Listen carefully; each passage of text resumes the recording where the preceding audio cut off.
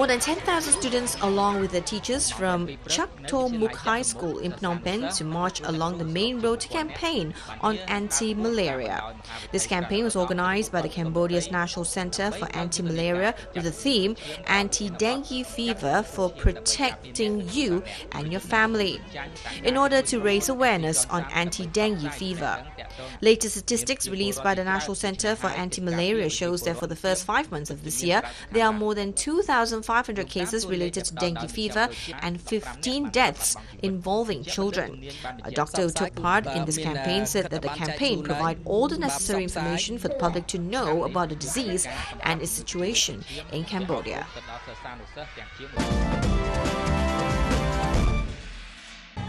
Traditional wedding gowns with a modern twist have dominated the Indonesian Wedding Expo. These stunning turquoise, white and pink creations shimmering with gold highlights are the stuff of dream weddings, Indonesia style. A traditional wedding ensemble here consists of a two-piece outfit for the groom and a modest all-in-one gown for the bride. The kabaya is a traditional blouse dress combination made from sheer fabrics such as silk, thin cotton or semi-transparent nylon or polyester. Over the years, the kabaya has evolved into a modern, fashionable garment that marries glamour with a nod to the past. Here, the designers have used a variety of fabrics which are adorned with intricate embroidery, precious stones and crystals. The bridal kabaya can cost several $1,000s depending on the fabrics used. Indonesia has a rich cultural diversity and the weddings here are renowned for being unique. The day itself is considered to be one of the most important events for most Indonesian families. The event indicates a family's social status, with many willing to spend thousands of dollars to hold a big wedding and reception. It is usual for the couple's parents to fund the weddings. Fashion designers are looking at ways of marrying this mix of the new and the old. Ivan Gunawan is an Indonesian designer who specializes in kabaya. His latest creation uses an original hand-woven sarong from Riau province in Sumatra. Titled Mountain of Love, Ivan combines traditional fabric with modern kabayas made from brocades, lace and tulle, resulting in a beautiful look. His key pieces come alive in icy blues, citrus greens, orange and salmon. A bold look for a day with a difference.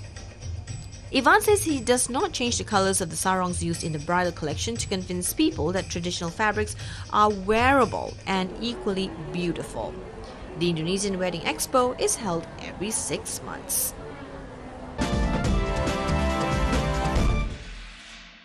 Kabang, the dog from the Philippines that lost half her face, saving the lives of 2 girls, was given a hero's welcome on returning to her hometown of Zamboanga.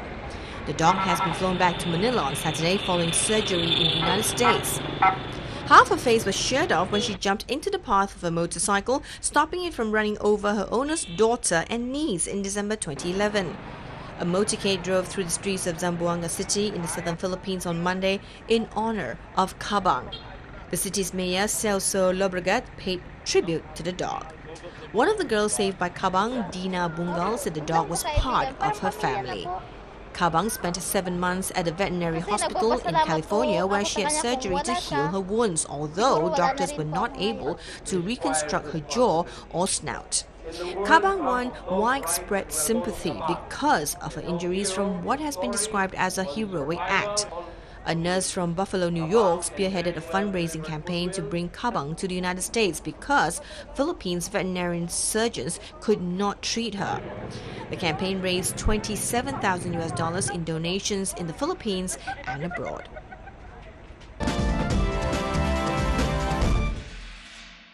Underwater World Singapore paid tribute to a special group of mothers in conjunction with World Mother's Day celebration recently. Some 40 children from the Cerebral Palsy Alliance Singapore and their mothers were invited on a special tour of Underwater World Singapore. In keeping with Underwater World's adopted pink theme of the month, both mothers and children came dressed in pink to celebrate. The children also surprised their mothers with pink carnations and homemade cards.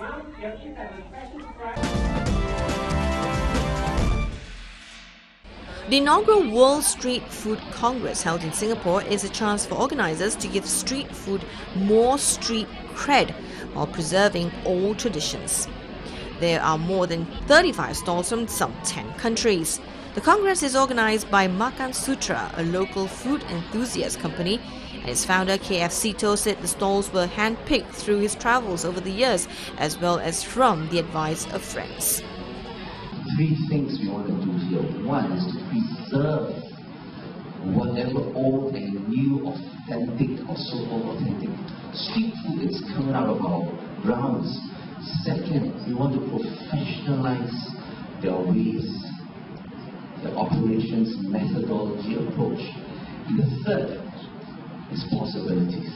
We want to see and seek new possibilities.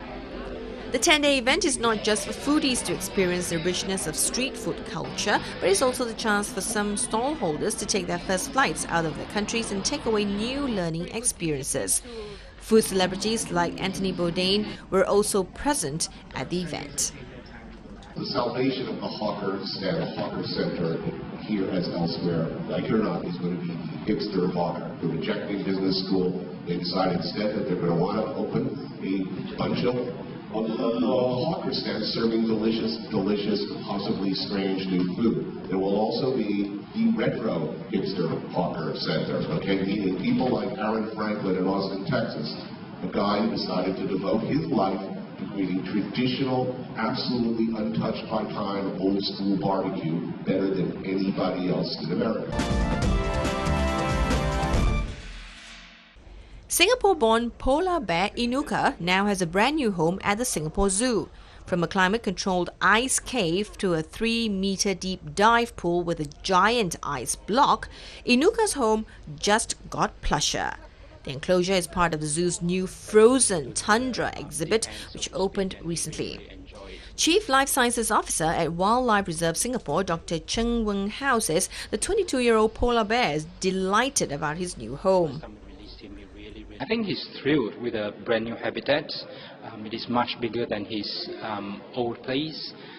He has got a very big land area, over 600 meters square, and very importantly, he has a very big pool as well, very deep. First time we released him, he really went to the deep end, so to speak, and he really enjoyed. The habitat is the size of about 2.5 basketball courts and 4 times the size of his previous home. Animal lovers who like to see Inuka in his ice cave will have to bear with the cold. The viewing gallery is about 17 to 18 degrees Celsius, the same temperature as what Inuka is experiencing in his cave. Other than that, the zoo's latest additions include a pair of wolverines brought in from a Russian zoo. These fierce carnivores are known to be able to take on animals more than 10 times their weight. 2 raccoon dogs that are native to East Asia are the other new kids in the house.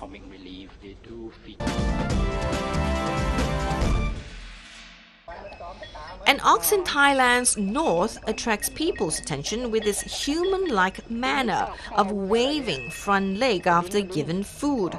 The 3-year-old male American Brahman named Ngam Ngern learned to please his owner or people who feed him, said his owner, who has raised him since he was born at the farm.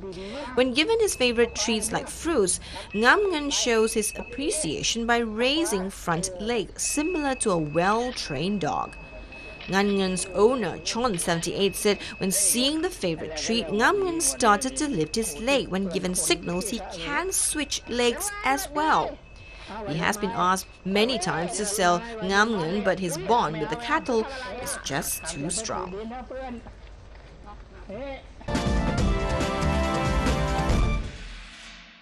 Villages in Thailand's Sarakam province hold a multi-faith wedding ceremony for some small animals like frogs and shrimps in an attempt to foster environment conservation awareness among their children.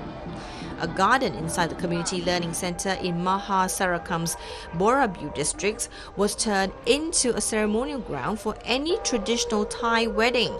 But the brides and grooms were frogs, fishes, shrimps and snails. Residents and their children joined Buddhist rites performed by 7 monks and witnessed procession of dowry followed by Brahim ceremony. The wedding is meant to show respect to the wilderness and raise awareness of environment conservation at the garden and the whole village. Organizers hope that this mating season the animals will be spared from human predation.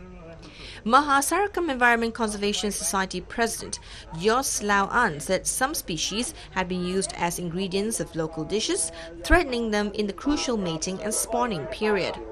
This activity gave the local people a chance to become aware that these practices affect animal life cycle. On this special occasion, school children, farmers and temples declared that they would refrain from taking lives of the animals and using chemical pesticides intoxicating animal breeding grounds.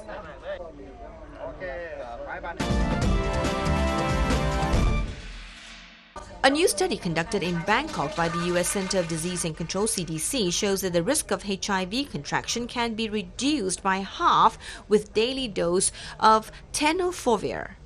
In collaboration with the Bangkok Metropolitan Administration (BMA) and the Thailand Ministry of Public Health (MOPH), the study on pre-exposure prophylaxis is the first evidence that the medicine offers significant protection to individuals exposed to HIV through injection drug use. Injection drug use accounts for a substantial portion of the HIV epidemic around the world. According to the CDC, injection drug use is the cause of 8% of new HIV infections in the United States and approximately 10% of new HIV infections worldwide. The findings are from Bangkok tenofovir study, a clinical trial launched in 2005 involving more than 2,400 men and women at Bangkok city-run drug treatment clinics.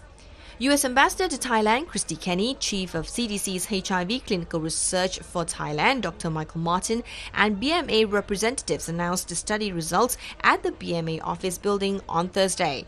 People enrolled in the study were randomly assigned to take a daily dose of tenofovir disoproxil fumarate, or TDF, or placebo. Researchers concluded that the treatment has a statistically significant 49% reduction in the risk of HIV acquisition overall. The first ASEAN Autism Youth Camp 2013 was held in Brunei recently. The camp provides the opportunity for youths with autism in the ASEAN region to participate in recreational and leisure camping activities, thus enabling them to enjoy and appreciate life as well as to develop and fully utilize their creative, artistic and intellectual abilities. The camp was launched by the Brunei's Culture, Youth and Sports Minister Pehin Dato' Awan Haji Azair. The minister acknowledged that such an undertaking reflects a strong commitment of the ASEAN Autism Network to ensure that the welfare and development of people with autism not only benefits them but also contributes to the enrichment of the community in the region as a whole. The first ASEAN Autism Youth Camp was held in conjunction with the second ASEAN Autism Network Congress 2013.